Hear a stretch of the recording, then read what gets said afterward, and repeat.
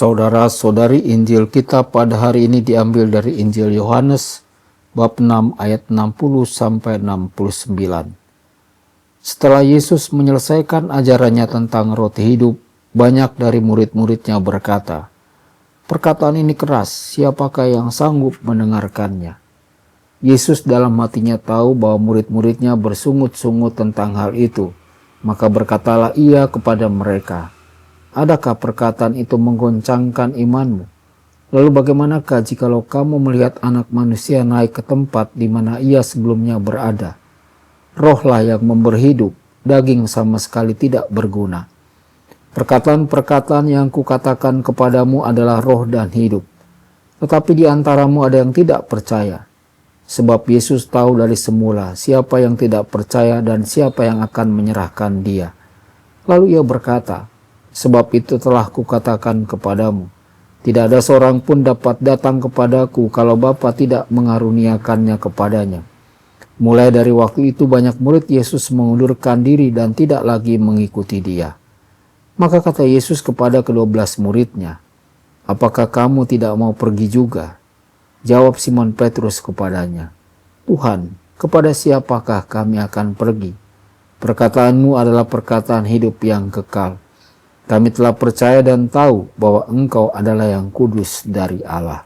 Demikianlah sabda Tuhan. Terpujilah Kristus.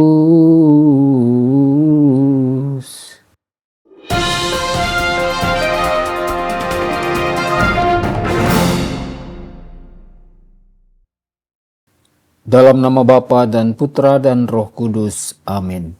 Saudara dan saudari terkasih dimanapun Anda berada, jumpa lagi dengan saya Romo Tedens dalam saluran Warta Kabar Sukacita. Semoga Anda semua dimanapun berada senantiasa dalam keadaan sehat dan bahagia. Yesus tidak pernah melukiskan gambaran kehidupan yang cerah dan nyaman bagi para muridnya yang sesuai dengan pemikiran mereka. Sebaliknya Yesus menantang mereka untuk mencapai tingkat yang lebih tinggi yang menuntut perubahan paradigma. Saudara-saudari, kita tidak perlu mencari atau melihat jauh untuk menemukan kelompok-kelompok yang menuntut agar gereja mengubah pengajarannya, yang mereka gambarkan ajaran gereja sebagai terlalu keras atau kuno. Tubuh mistik Kristus tetap setia dalam mewartakan kebenaran tanpa rasa takut.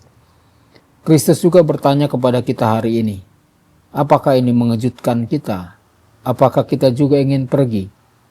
Ia meminta kita untuk tunduk pada ajaran-ajaran gereja dengan rendah hati.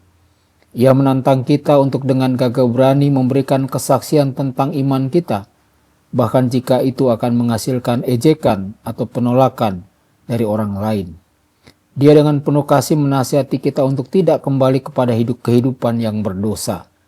Dia mengundang kita untuk memikul salib kita setiap hari dengan menyangkal kesombongan dan cinta diri kita untuk mengikutinya. Saudara-saudari, dengan menggunakan kata-kata Santo Petrus kita bertanya, jika demikian siapakah yang dapat diselamatkan?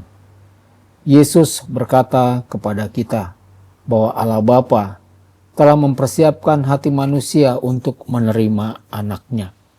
Allah telah menetapkan waktu dan tempat untuk setiap orang. Kapan dan bagaimana dia memanggil sama misterinya dengan kasihnya yang tak terbatas bagi kita.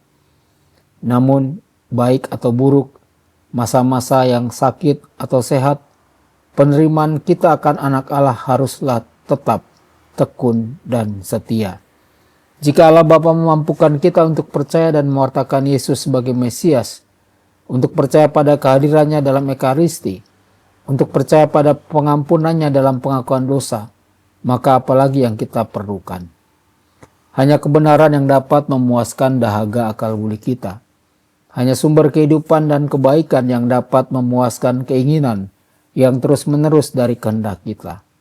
Hanya anak domba Allah yang dikorbankan, yang mencurahkan darahnya untuk menyelamatkan kita, yang dapat membebaskan kita dari belenggu dosa.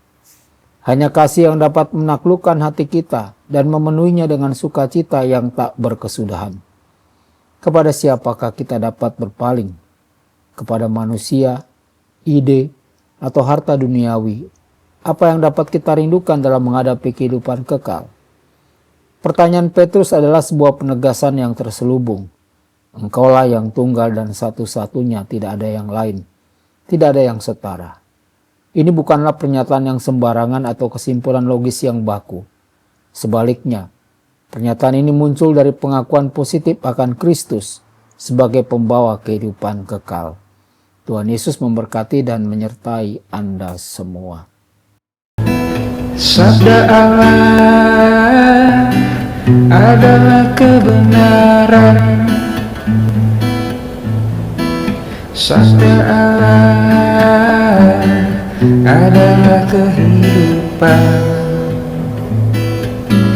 Mari kita mencintainya, mari kita menghayatinya. Ya Tuhan yang ku muliakan, sabda